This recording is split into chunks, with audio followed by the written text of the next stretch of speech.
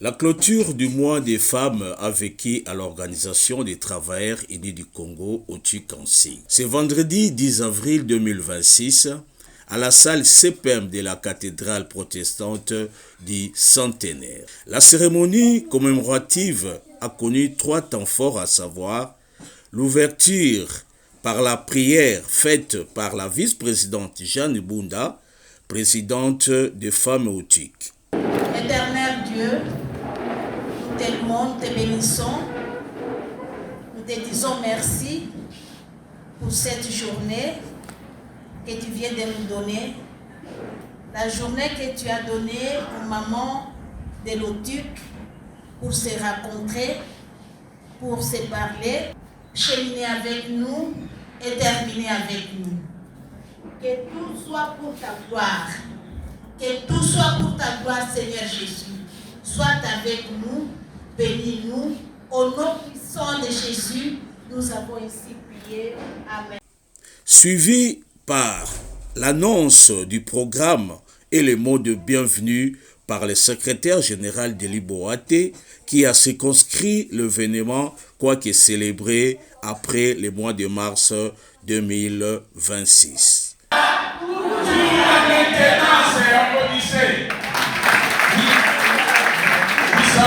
Alors, pour la cérémonie de ces jours, nous allons, avant de commencer, penser à nos frères, nos sœurs, nos camarades qui nous ont quittés pendant le premier trimestre, même l'année dernière. C'était le tour de la vice-présidente Jeanne Bunda qui prendra la parole pour parler de l'origine de la commémoration de la Journée internationale des femmes à travers le monde. Dire assez, c'est assez. Et réclamer moins d'heures au travail, de meilleures conditions de travail, les droits de vote, les droits de participer pleinement à la vie et au développement de leur pays. En 1909, les femmes commémorent une première défense des droits des femmes aux États-Unis. En 1910, une femme, au nom de Clara Zetkin, plaide pour la création d'une journée internationale dédiée aux femmes. Clara n'était pas découragée.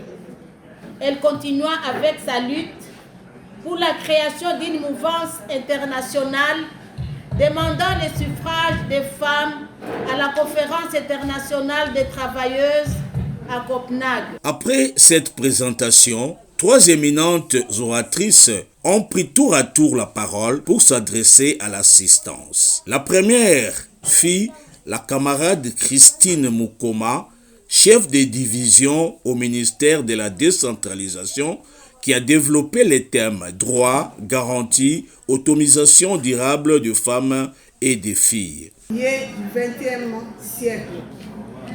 Le mois de mars est mondialement reconnu comme mois de l'histoire des femmes.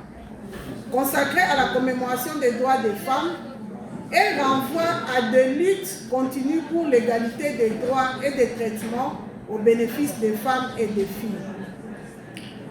En République démocratique du Congo,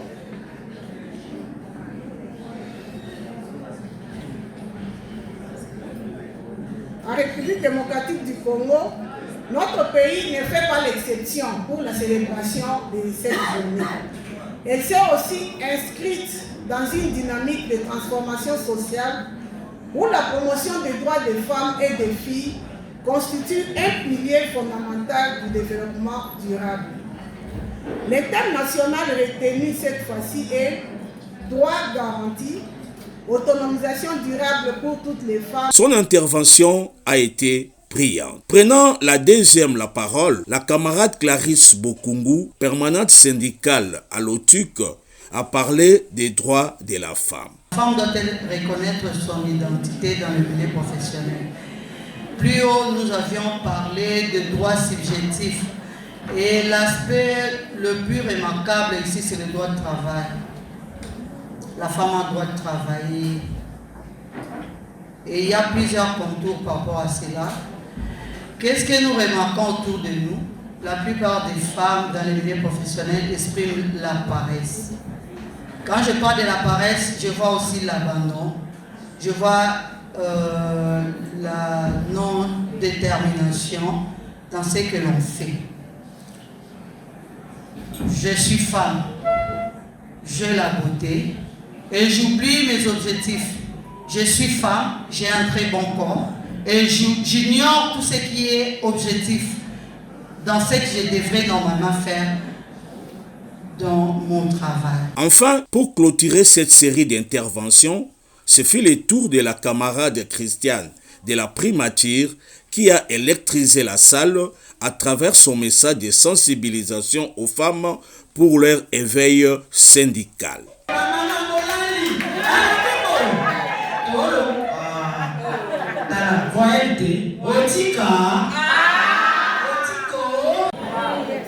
Mais ici, je ne vais pas me présenter dans cette casquette-là. Je viens en femme, maman, surtout avec notre parapluie qui est au-dessus. C'est notre parapluie. Amen.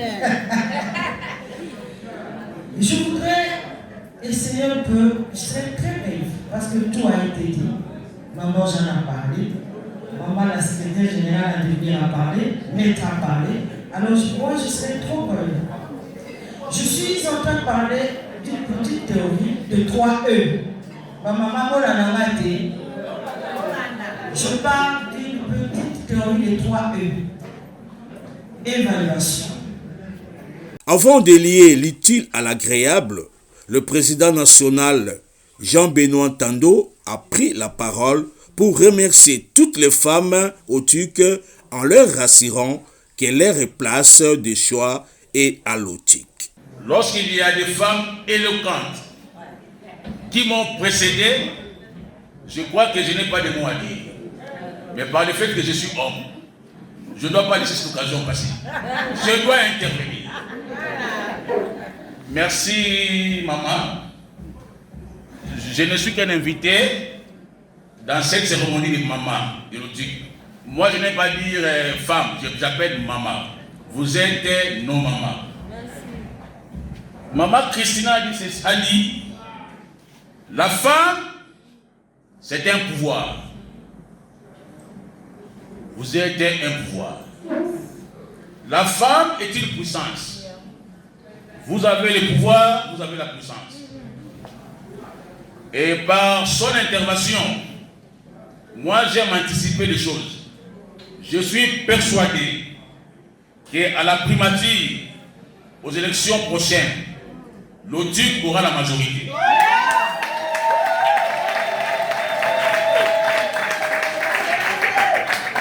Elle va se battre avec notre maman. Elle va entraîner les hommes pour qu'on puisse avoir une présidente au niveau de la primature. Je m'en doute bien. Nous l'avons démontré à la décentralisation. Nous sommes sortis présidente de la délégation syndicale. Maman Jeanne l'avait prouvé. Si déjà au niveau de l'administration, de la décentralisation, nous l'avions démontré, avec ce que je viens d'entendre ici aujourd'hui, j'ai été émotionné et je me dis, nous aurons la majorité, maman. Dites-moi. Les interventions ont été éloquentes. Je me sens affaibli pour parler après les grands orateurs ou oratrices. Vous avez eu des oratrices formidables, impeccables. Et j'ai senti... Ces différentes étapes, le cocktail a été offert à tous les participants.